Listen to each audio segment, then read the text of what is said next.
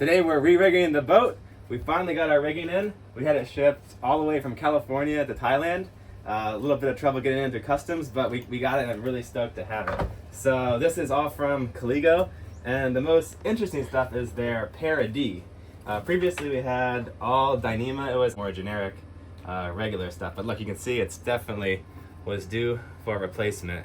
And the problems we're having with this were UV and chafe damage, and also stretch was another thing, or creep, where it was just we'd sail in more wind and it would get loose and we'd tighten it again, and every time we'd go out it just seemed like it was loosening up too much. So this is the good stuff. You spent a little bit more for it, but I think it's going to solve a lot of the problems. So this is their Para D, they're calling it, and it's actually parallel strand. So one of the reasons like the rigging will stretch out with this Dyneema stuff is as you pull it, the weave is trying to straighten out. At a certain point it should stop straightening it out, but it's kind of annoying dealing with that. And so since this is parallel strand, you're not going to get any of that. And besides the Para D being continuously wound parallel strands, it's also taped and coated in the shiny black polyurethane protective coating. You can see that 6 years of UV exposure in the tropics has not been kind to our old rigging.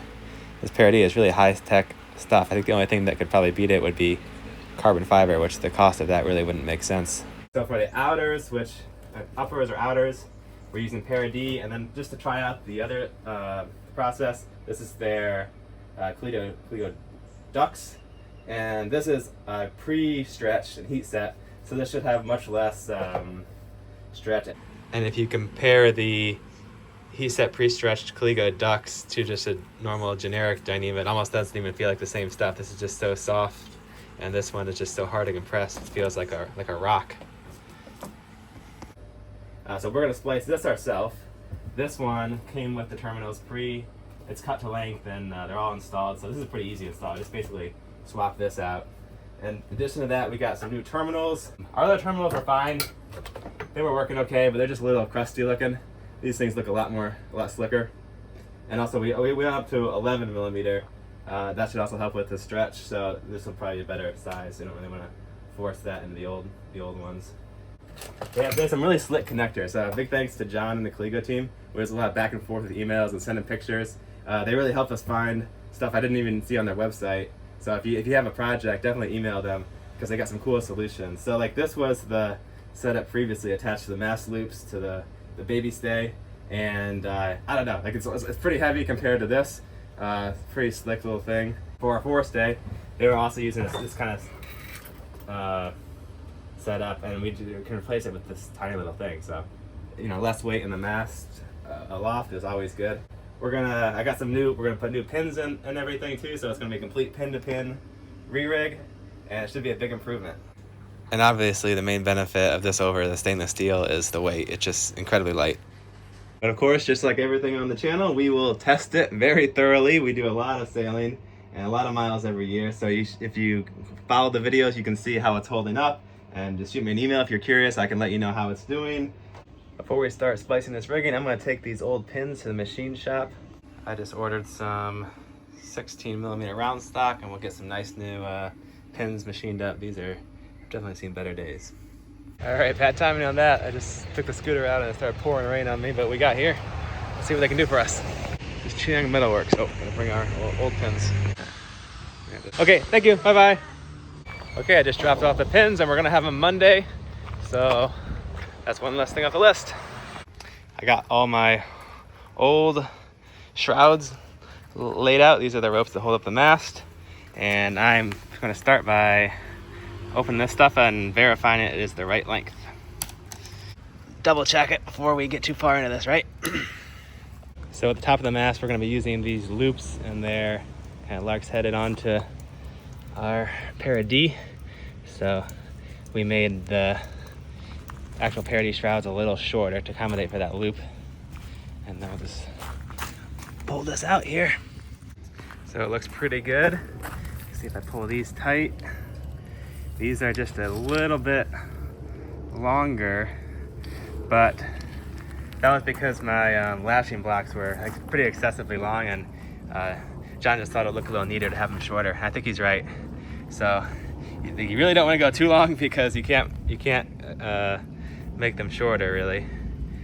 It's like the opposite of most stuff. But you can make them longer by making the lashings a little longer, but I think we're in good shape here. I'm gonna put some chafe sleeving on this, but I guess I already put in loops, but I think I can just get the next size up, like a thicker chafe sleeve, and slide them both in there together. That should work good. I'll get Dyneema chafe sleeve. I just pulled the baby stay out, and I thought there was a plastic like coating on here, like sheave, but it's not. It's just like been pulled so hard, it's formed into like a hard plastic. And there you can separate it out. But man, it feels like super glossy and smooth. It's fascinating.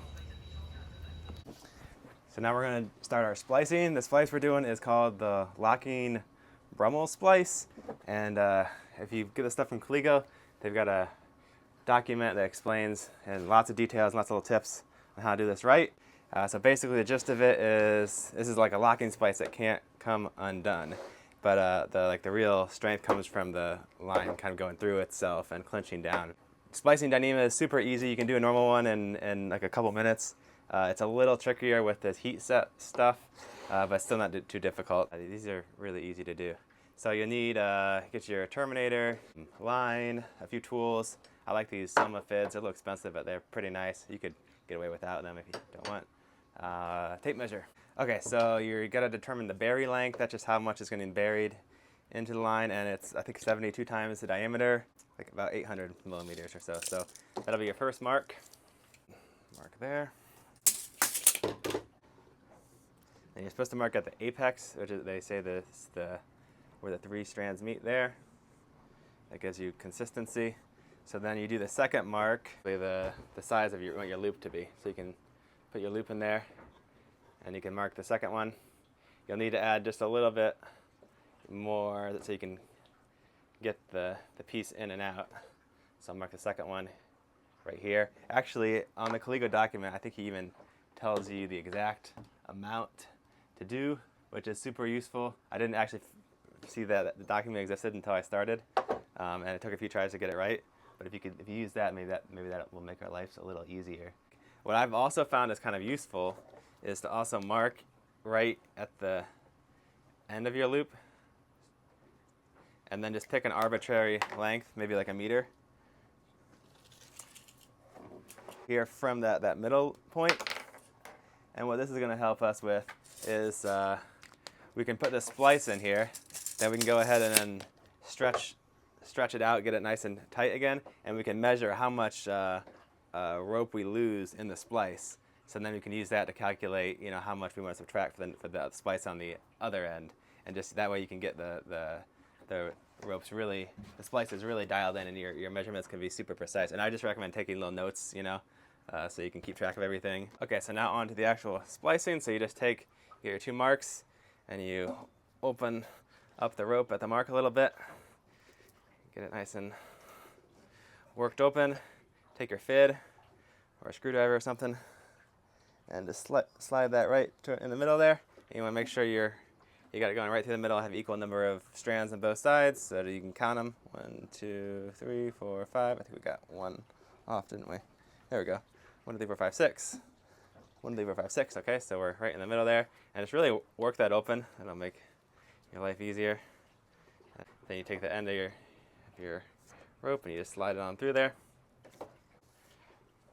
So that's 1, and then you go to the next one over here. Just do the exact same thing. You be careful when you do this that you haven't twisted the rope up, right? Because you want like the 2 holes to be kind of on the same plane of the rope. So we're careful of that. And the key with this is really to be consistent from splice to splice, and then they'll all turn out the same length. So be really careful about getting your measurements, measure the same, and just do everything the same, and you'll end up with consistent, size splices that work out well. So then you end up with this kind of shape, one loop to loop, and then so this one you're just going to pull it through itself, and this is where the heat set Dyneema is a little harder to work with. It takes a little bit of muscle and coaxing with your tools, so you can just kind of put the fit in there and work it a little bit more. Also maybe have like a screwdriver Try not to break any of the strands if you can, because you can take two, like a fit and a screwdriver, and work them. Get this so you get this thing turned inside out, right? And now you gotta work this guy open. It seems like it's impossible at first. You're never gonna get this loop through here, but it is possible. Just trust the process. And this screwdriver, when I get them both through there, usually we're pretty good. All right, that should fit. So then I found get your loop through the hole. It helps if you use another rope. So we'll just take some of this lashing line, feed it through here, through our loop, and back down, and that'll help get this guy in. So it's basically, I just think of this little guy diving through the hole. Work this into a tight shape first, that'll make it easier.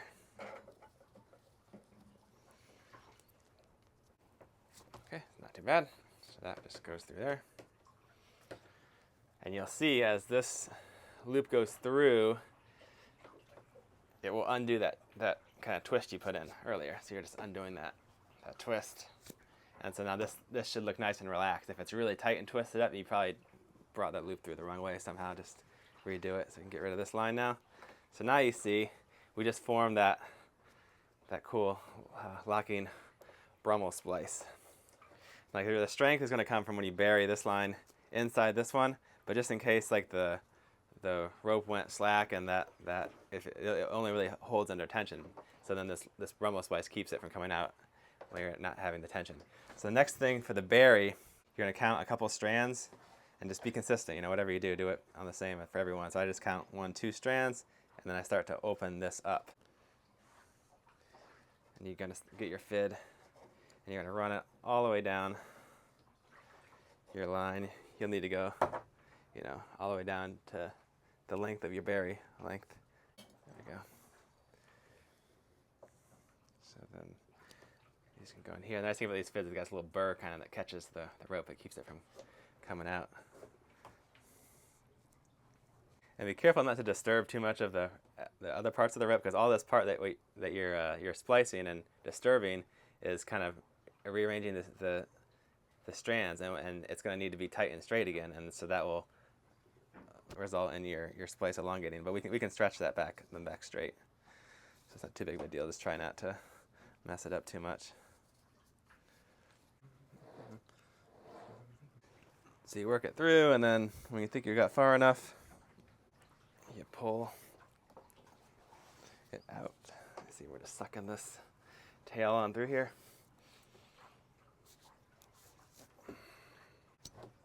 There we go. So on my boat, I'm lucky. With such a simple rig, no spreaders or anything, we don't have very many shrouds to make, so this is pretty easy. So you'll want to kind of get this dressed up neatly. So then for the bury, what you can do is you can put some marks on here that are at equal intervals, and that can just kind of help you do it consistently. So we'll do 11 marks every inch. You kind of work it apart a little bit.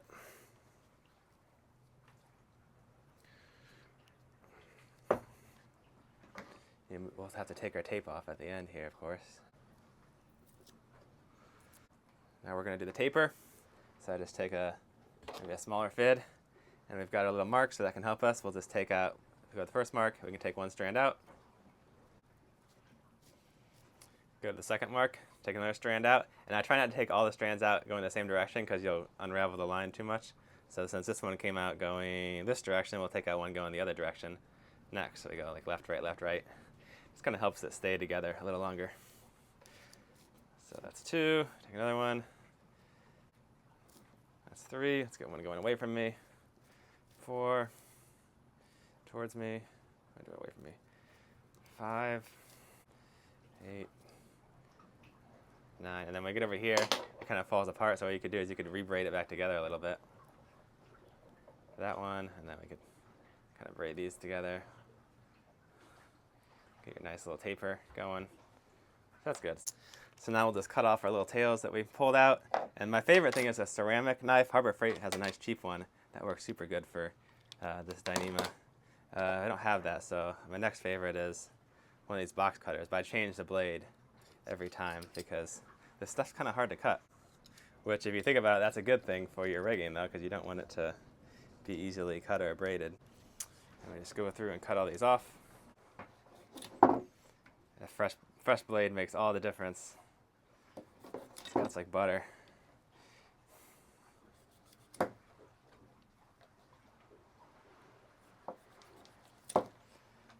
But even towards the end, you can start feeling it gets a little harder to do.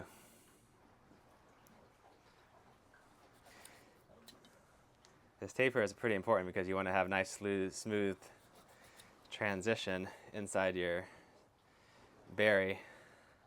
Otherwise, it could create like a point of stress, I guess. So we got a nice tapered bit there, and then you just suck it back in.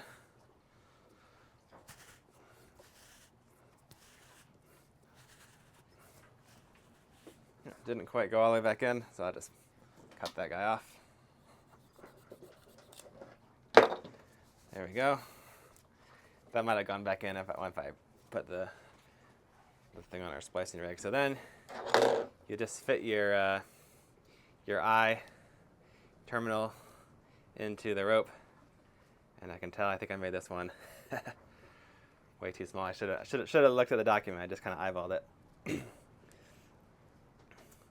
But once you get that done, then you'll just go ahead and get some of the lashing line, and you can do the same. Do a splice onto here. Splice your lashing line on there, and that'll be ready to put up when you raise your mast. But for this one, I'll have to redo it. It's no big deal. Just pull it out, adjust your splice, and then you can put it back together. That we have our splice, we can also measure from our little mark over here to the middle of our eye, right? Because remember when we first put that there, it was 1 meter, but now we can see it's only 80 centimeters.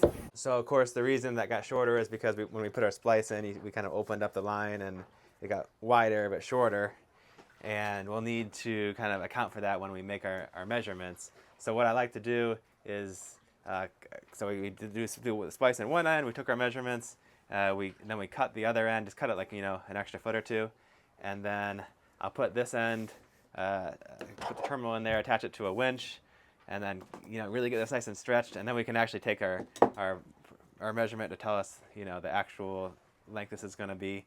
And then I think it was maybe, instead of losing 20 centimeters, I think it was more like 10 after you get that, you know, stretched in.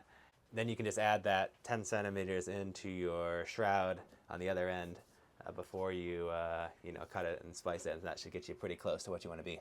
For this loop that's going to attach to the mast, I got this Dyneema chafe guard, and I'm going to try to stretch it out over the whole thing, because it's already made into a loop, so I can't easily put it on there without unsplicing it. Hopefully I can just get it over the entire thing. This is supposed to go up to 17 millimeters, and this is 10 or 11 millimeter. So we'll see if it works. This stuff was really expensive. Hoping it works. Okay, so well, it seems to be stretching out. Is it gonna fit? Oh man, it's gonna be tight. Oh, I think it's gonna go. Yeah, look, it's fitting. And the other thing why it's expensive to begin with, but this was a meter when it started out. Once you put it on the rope, it shrinks a lot, so you don't get what you pay for. I think I actually got a little more than I need, so I'll probably cut some away. That'd be nice. All right, good to know that one works. Now I gotta put the chafe cover on the baby stay, which is a lot longer. See how that goes. So now I've laid out my old lowers here, and I've got a splice in one end of my new rope, and I'm just gonna pull this tight and mark it.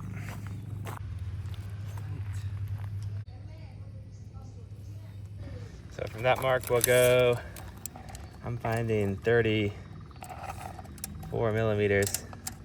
Seems to be a good distance to wrap around our eye here.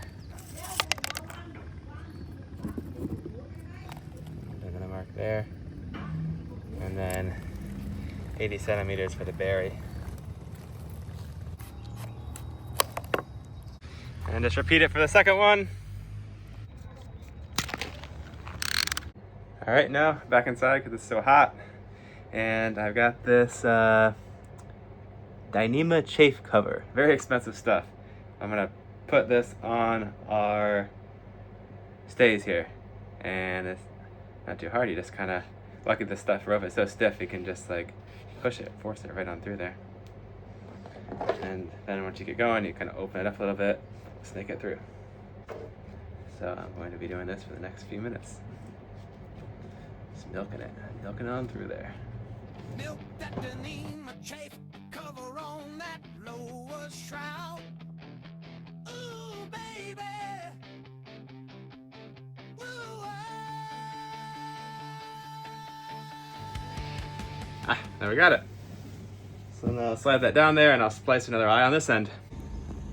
So now I've attached this end to one of my cleats. And I got a rope on this end. I'm just gonna pull this nice and tight and hopefully we end up with the right size shroud after that.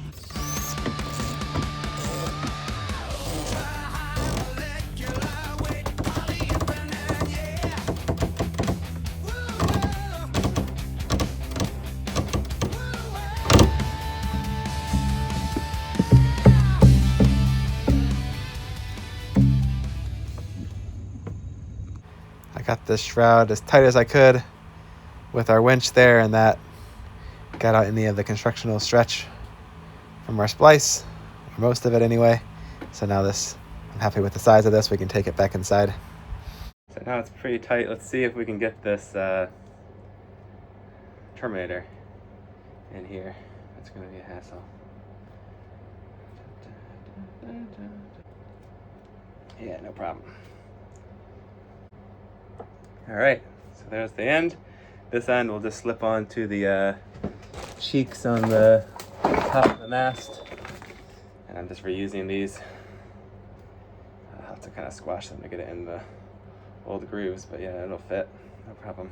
So now I did the same with the other shroud, and I'm just gonna fit the terminator in there.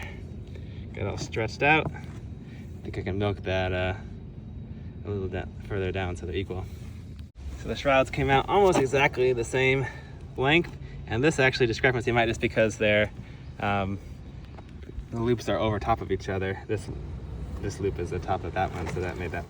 I just picked up our new pins from the machine shop. They look really nice, really shiny, and also then we got these are the more expensive ones because they had to thread these holes. They look pretty good too. And we even have a little bit of extra metal. I think I have a few more I might have to have them make. End up costing 3,100 baht. That's just about $100 US dollars. So that seems pretty reasonable. It was the threads were the things they charged the most for. That makes sense. These were not too much at all. And I think that all the metal stock for this was about maybe $60. So good. We got all new pins. I think that was definitely worth doing because those pins were not looking good. You can see how just corroded. A lot of them were really bad shape. So for the end of the chafe cover, I've just been whipping most of them. But another way to do it is actually to unravel it. You get a little bit and you can put it into groups, and then you feed it back through the rope, and then you can see I've done a few of them, and then you don't even need this whipping. It might make a little cleaner look, but this is I'm trying it to test it out and see what it's like. It takes a lot more time. These are fast and easy, so I'll probably just stick with this, but that's another way to do it. So Sam from the future, I figured the better way to terminate the kind of the chafe cover. I was getting a little bit of a bunching up as the rigging kind of worked itself into its finished length. So an easier way was just to use some of this self-amalgating tape here, and that was really easy, and I think it looks pretty nice. So I did that on I cut off all the whipping, and I did that instead. So now I'm back at the mast. I just wanted to make sure all 4 of these would fit through there. I had this fear that they wouldn't, and that was pretty good to check because they just barely fit. And actually, if I have a thicker part, and then it might bind up. So I think I will get some smaller Dyneema for the strop, because that's kind of doubled up, right? So that shouldn't need to be the full 11 millimeters. I will try to do the strap the full thickness, but just in case, I'll have that as a backup. Yeah, those holes are just barely big enough. I don't want to try to make them wider, so we'll just have to make it work. Now I've got our new pins. I've got to put all the sheaves and blocks and stuff back on the mast. So these were just a little bit too big from the machine shop, so I just got to grind it down with the grinder.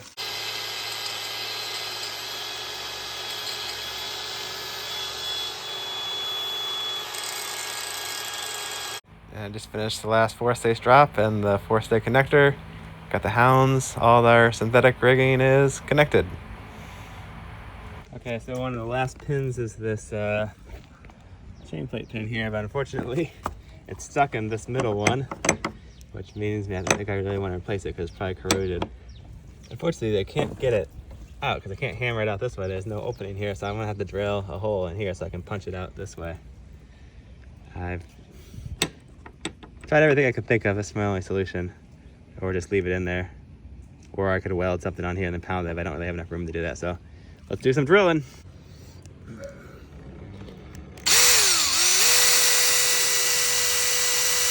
All right, so I'm trying to see if that's lined up. So maybe go a little bit lower.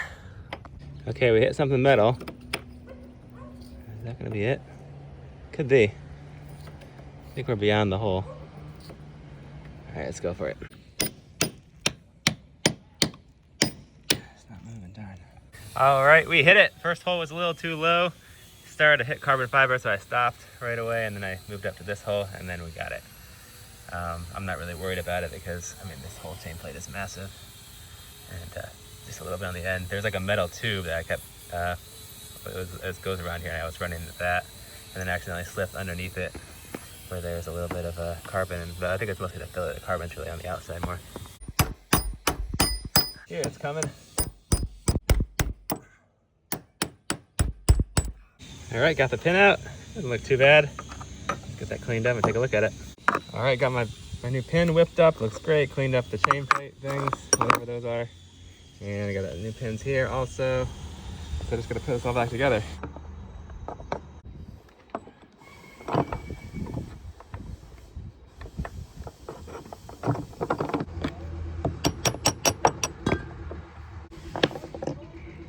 We need to find a new cap for this, but for now I'll just keep using it.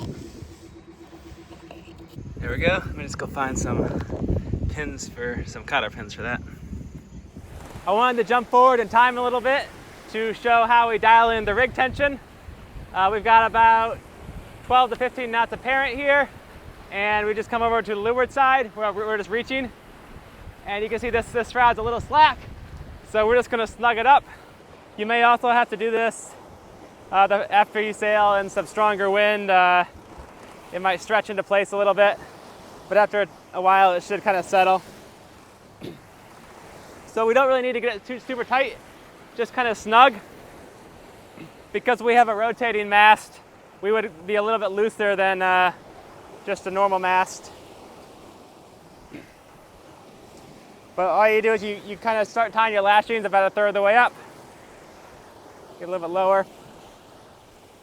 And this kind of triangle shape is kind of wedging your lashings in place so they don't slide down and loosen. And we just do a bunch of half hitches. Make sure our tension is good. For this boat, this is about right.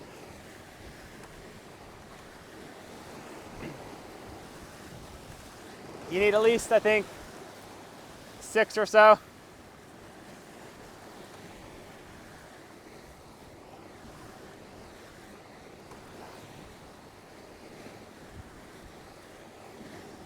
Then you just go forward and check the straightness of the mast. We'll, to tighten the other side, just tack over. And you can do the same with that one. And also with the lowers, of course.